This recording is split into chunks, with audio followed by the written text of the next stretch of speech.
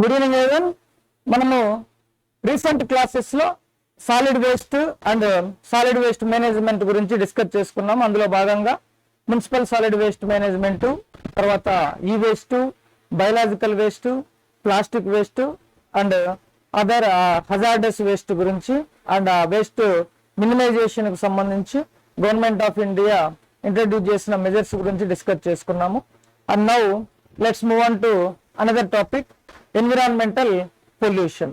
So environmental pollution లో భాగంగా ఈరోజు మనము ఎన్విరాన్మెంటల్ పొల్యూషన్ అంటే ఏంటి, తర్వాత పొల్యూటెంట్ అంటే ఏంటి, అంటే కాలుష్య కారకము, కాలుష్య కారకాల రకాలు ఏంటి, ఆ తర్వాత పొల్యూషన్ లో వాడే ఇంపార్టెంట్ టర్మ్స్ ఒక 3-4 టర్మ్స్ ఉన్నాయి, ఆ టర్మ్స్ గురించి, తర్వాత టైప్స్ ఆఫ్ పొల్యూషన్, సో కాలుష్య కారకాలు, సో కాలుష్య రకాలు, so air pollution, water pollution, soil pollution, sound or noise pollution, thermal pollution, so micro plastic pollution అని చెప్పేసి ఇలా పొల్యూషన్ ని కొన్ని రకాలుగా క్లాసిఫై చేశారు, వాటి గురించి. సో అందులో భాగంగా ఈరోజు మనము ఎయిర్ పొల్యూషన్ గురించి డిస్కషన్ స్టార్ట్ చేసుకుంటాం. ఎయిర్ పొల్యూషన్ లో sources of air pollution, natural sources and man made sources, and then types of air pollutants, so వాయు కాలుష్య కారకాలు, so primary air pollutants and secondary air pollutants గురించి discuss చేసుకుంటాము.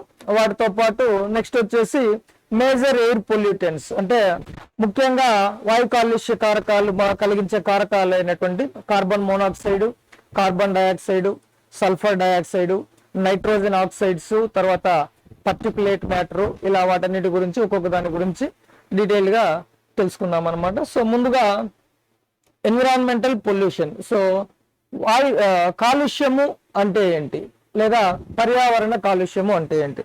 So మనము పర్యావరణము అంటే మనం ఆల్రెడీ మనకు తెలుసు, సో నేల, నీరు మరియు గాలి, ఇవి 3 important constituents in the environment అనమాట. So lithosphere, hydrosphere and atmosphere. So ఈ మూడింటి యొక్క physical, chemical or biological properties లో ఏమైనా అన్వాంటెడ్ చేంజెస్ వస్తే, సో అంటే అన్డిజైరబుల్ చేంజెస్ వస్తే, సో నేల, నీరు, గాలిలో నేల, నీరు మరియు గాలి యొక్క భౌతిక, రసాయనిక మరియు జీవ లక్షణాలలో అవాంఛనీయ మార్పులు చోటు చేసుకొని అవి మానవులకు మరియు ఇతర జీవరాశులకు హాని కలిగిస్తే అలాంటి లక్షణాన్ని మనము, అలాంటి ఫినామినాన్ని కాలుష్యము అని పిలుస్తాం అన్నమాట. సో నేల, నీరు, గాలి వీటి యొక్క భౌతిక, రసాయనిక మరియు జీవ లక్షణాలలో అవాంఛనీయ మార్పులు చోటు చేసుకొని అవి మానవులకు మరియు ఇతర జీవరాశులకు హాని కలిగిస్తే దాన్ని మనము కాలుష్యము అని పిలవచ్చు అన్నమాట. సో నేల, నీరు, గాలి వీటిల్లో ఏదైనా కూడాను వాటి యొక్క భౌతిక, రసాయనిక మరియు జీవ లక్షణాలలో, ఈ ప్రాపర్టీస్ లో unwanted changes or undesirable changes, అవాంఛనీయ మార్పులు చోటు చేసుకొని అవి మానవులకు మరియు జీవరాశులకు హాని కలిగిస్తే దాన్ని మనము కాలుష్యము అని పిలుస్తాం. సో అది కాలుష్యముకి మీనింగ్ ఆర్ డెఫినేషన్. ఈ పొల్యూషన్ అనే టర్ము పొల్యూర్ అనే ఒక లాటిన్ టర్మ్ నుంచి వచ్చింది అనమాట. పొల్యూషన్ అనేది పొల్యూర్ అనే ఒక లాటిన్ పదం నుంచి డిరైవ్ చేయబడింది. సో పొల్యూర్ అంటే ఈ పదానికి అర్థం ఏంటి అంటే కంటామినేట్ చేయడం, అంటే మలినం చేయడము, లేదా అపవిత్రం చేయడము, లేదా మురికి చేయడం అనమాట. అంటే పొల్యూట్ చేయడము, కంటామినేట్ చేయడము అని దాని యొక్క అర్థం అనమాట. పొల్యూర్ అంటే మలినం చేయడము, అపవిత్రం చేయడము, మురికి చేయడం అనమాట. సో ఈ పొల్యూర్ అనే లాటిన్ పదం నుంచి పొల్యూషన్ అనే పదం అనేది డిరైవ్ చేయబడింది. సో అది కాలుష్యానికి మీనింగ్ అన్నమాట. కాలుష్యము, pollution or environmental pollution. So ఇప్పుడు వీటిల్లో ఈ భౌతిక, రసాయనిక, జీవ లక్షణాలలో మార్పు చెందించే కారకం ఏదైతే ఉందో దాన్ని మనము కాలుష్య కారకము అని పిలుస్తాం. అంటే కాలుష్యాన్ని ఏదైతే కాలుష్యానికి కారణమవుతుందో దాన్ని మనము కాలుష్య కారకము అని పిలుస్తాం. ఇంగ్లీష్ లో పొల్యూటెంట్ అని పిలుస్తాం. So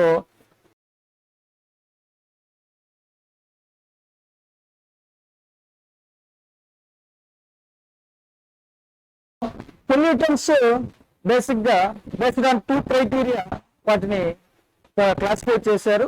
one of the criteria వచ్చేసి how the pollutants disintegrate in the environment అనమాట. అంటే అవి ఈ పొల్యూటెంట్స్ అనేవి పర్యావరణంలో ఎలా విచ్ఛిత్తి చెందుతాయి అనే ఒక క్రైటీరియాను ఆధారంగా చేసుకొని, ఇంకొకటి వచ్చేసి అనదర్ క్రైటీరియా వచ్చేసి అవి ఉనికిని ఆధారంగా చేసుకొని సోర్స్ అనమాట, అంటే ఆరిజిన్ ఆధారంగా చేసుకొని, సో అవి ఎలా ఆరిజిన్ అయ్యాయి అని చెప్పేసి వాటిని quantitative pollutants and quantitative pollutants అని అనదర్ కేటగిరీ కింద క్లాసిఫై చేయడం జరిగింది అనమాట. సో ఈ 2 కేటగిరీల ద్వారా ఈ పొల్యూటెంట్స్ క్లాసిఫికేషన్ ఏంటి అనేది ఒకసారి చూద్దాము. సో ఒకటి వచ్చేసి విచ్ఛిన్నం చెందే స్వభావం ఆధారంగా చేసుకుని, అంటే based on disintegration. So based on disintegration, so biodegradable and non biodegradable కింద పొల్యూటెంట్స్ ని క్లాసిఫై చేయడం జరిగింది. And another one based on origin quantitative pollutants and qualitative pollutants కింద క్లాసిఫై చేయడం జరిగింది అనమాట. సో ఇప్పుడు డీటెయిల్డ్ గా సో ఈ క్లాసిఫికేషన్ ఏంటి, పొల్యూటెంట్స్ ఈ క్లాసిఫికేషన్ ఏంటి అనేది ఒకసారి మనము డీటెయిల్ గా తెలుసుకుందాము. సో మొదటగా బేస్డ్ ఆన్ డిజింటిగ్రేషన్ అనమాట. అవి వాతావరణంలో ఎలా విచ్ఛిత్తి చెందుతాయి అనే దాన్ని ఆధారంగా చేసుకొని, so biodegradable pollutants and non biodegradable pollutants గా క్లాసిఫై చేయడం జరిగింది. సో బయోడిగ్రేడబుల్ పొల్యూటెంట్స్ అంటే ఏంటంటే వాతావరణంలో పర్యావరణంలో మైక్రో ఆర్గానిజం సూక్ష్మజీవుల చర్యల వల్ల విచ్ఛిత్తి చెంది పర్యావరణానికి హాని కలిగించని విధంగా అవి పర్యావరణంలో కలిసిపోతాయి అన్నమాట. వాటిని మనము బయోడిగ్రేడబుల్ పొల్యూటెంట్స్ లేదా జీవక్షయం చెందేవి అని పిలుస్తాం అనమాట. So these pollutants degrade in the nature through the action of micro organisms and finally they become harmless to the environment అనమాట. అవి బయోడిగ్రేడబుల్ పొల్యూటెంట్స్. ఎగ్జాంపుల్స్ వచ్చేసి సో ఈ ఆర్గానిక్ వేస్ట్ అనమాట, ముఖ్యంగా సో అగ్రికల్చరల్ వేస్ట్, తర్వాత అగ్రికల్చరల్ రెసిడ్యూస్ అనమాట, తర్వాత kitchen waste, vegetable waste, food grain waste, paper, మురుగునీరు, సో ఇలాంటి ఎనిమల్ ఎక్స్క్రీటా, సో పశువుల పేడ, ఆహార వ్యర్థాలు, అగ్రికల్చరల్ వేస్ట్ వ్యర్థాలు, పేపరు, మురుగునీరు, ఇవన్నీ బయోడిగ్రేడబుల్ పొల్యూటెంట్స్ కిందకి వస్తాయన్నమాట.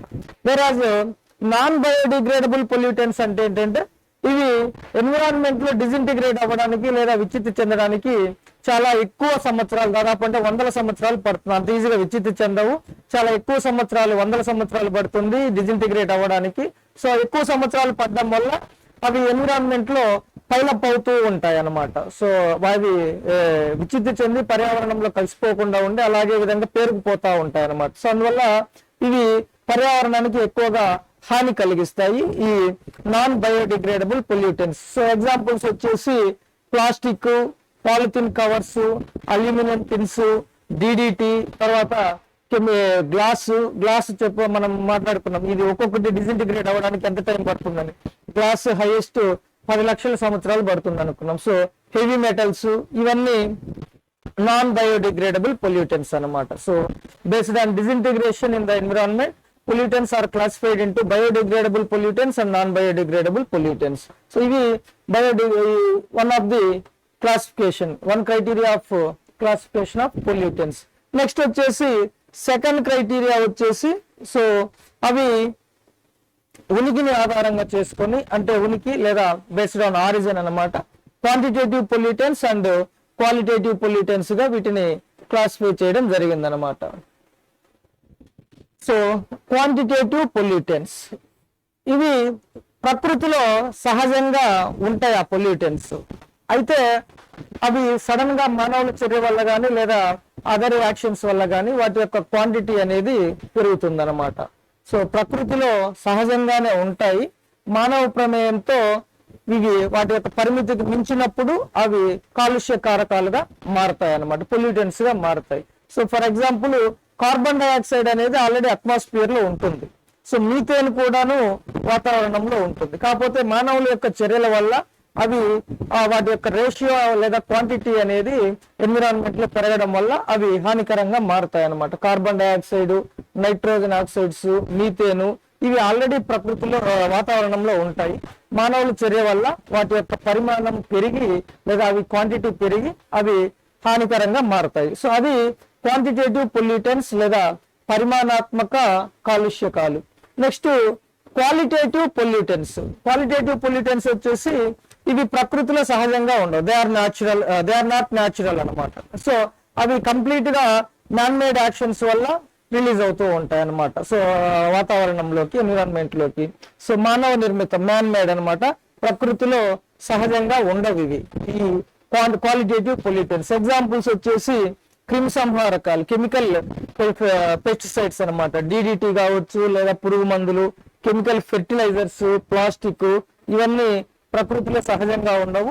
మానవుని యొక్క చర్యల వల్ల అవి వాతావరణంలోకి రిలీజ్ అవుతూ ఉంటాయి అన్నమాట. సో ఇది another type of classification of pollutants. One is based on the nature of disintegration, biodegradable and non-biodegradable, and another criteria is based on origin అన్నమాట. Quantitative pollutants and qualitative pollutants. So ఇది pollutants అంటే ఏంటి, తర్వాత pollutants classification ఏంటి అనేది ఇది అనమాట మనకి. సో